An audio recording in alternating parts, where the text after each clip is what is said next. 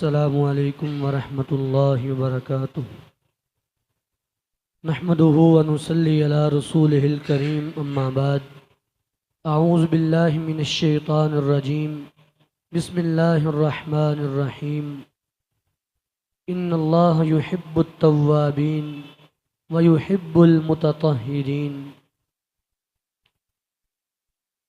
کل کے درس میں ہم نے یہ بات کی تھی کہ نبی علیہ الصلاۃ والسلام نے کھڑے پانی میں پیشاب کرنے سے یا کھڑے پانی میں غسل کرنے سے منع فرمایا۔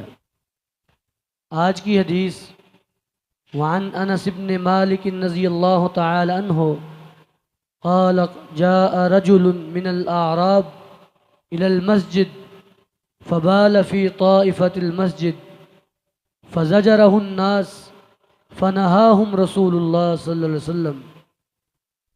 حضرت انس بن مالک بیان فرماتے ہیں رضی اللہ تعالی عنہ، ایک دیہاتی آدمی، ایک بدو آدمی مسجد کے اندر آیا اور اس نے مسجد کے ایک کونے میں بیٹھ کے پیشاب کرنا شروع کر دیا۔ فزجرہ الناس، لوگ غصے سے اس کی طرف لپکے، اس کو ڈانٹا۔ فنہاہم رسول اللہ صلی اللہ علیہ وسلم، تو نبی علیہ الصلاۃ والسلام نے لوگوں کو منع کر دیا، میں اس کو چھوڑ دو، اس کو پیشاب کر لینے دو۔ جب اس نے پیشاب کر لیا فَأَمَرَ النَّبِيُّ بِذَنُوبٍ مِّن مَّاءٍ فَأُهْرِيقَ عَلَيْهِ، آپ نے ایک پانی کا ڈول منگوایا اور اس کے اوپر بہا دیا، اور پھر آپ نے اس بدو کو، دیہاتی کو بلایا اور کہا کہ اللہ کے بندے، یہ مسجدیں یہ پیشاب کے لیے نہیں ہوتی، یہ تو اللہ کی تسبیح کے لیے، قرآن کریم پڑھنے کے لیے اور نماز کے لیے ہوتی ہیں۔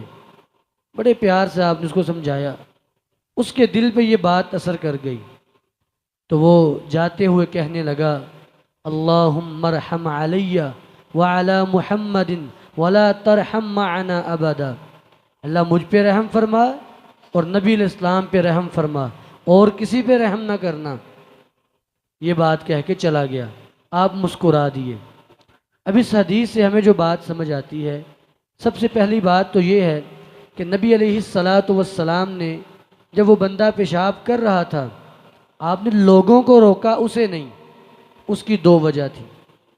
پہلی وجہ، اگر وہ پیشاب روکتا، اٹھ کے بھاگ جاتا، ممکن ہے اس کو کوئی بیماری لاحق ہو جاتی، کوئی مثانے کی بیماری لاحق ہو جاتی اچانک پیشاب روکنے کی وجہ سے۔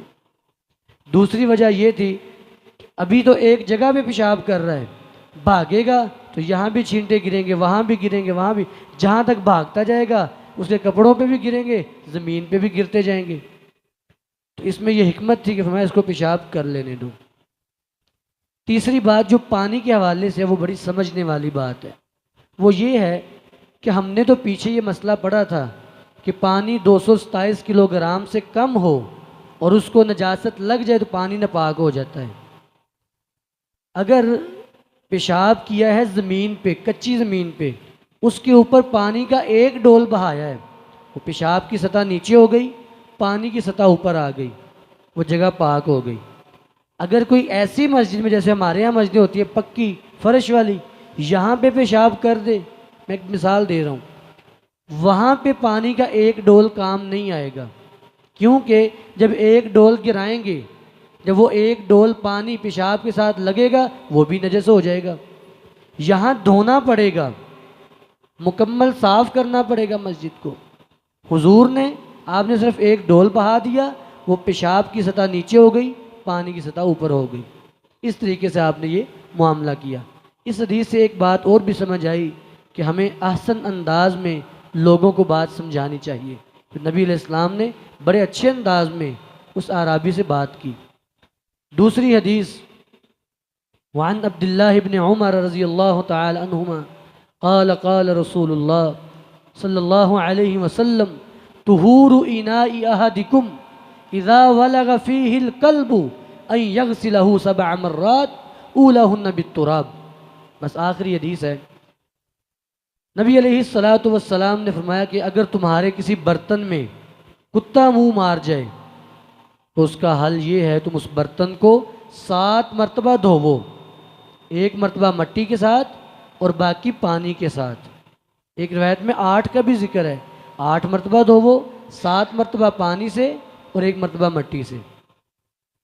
اب اس سے یہ بات بھی سمجھ آئی کہ اگر پانی تھوڑا ہو، 227 کلو گرام سے کم ہو، اور اس میں کتے نے منہ لگا دیا ہے تو وہ پانی نجس ہو جائے گا، اس سے وضو نہیں کیا جا سکتا، اس سے کپڑے نہیں دھوئے جا سکتے، اس کو پیا نہیں جا سکتا۔ اس کی وجہ کہ محدثین نے یہ وجہ بیان کی ہے کہ کتا ایک ایسا جانور ہے جو اپنی شرمگاہ کو چاٹتا ہے، اور اس کی زبان پہ ایسے جراثیم ہوتے ہیں جو کہ انتہائی خطرناک، اور یہ تو آج کل کی سائنس بھی اس کا اعتراف کرتی ہے۔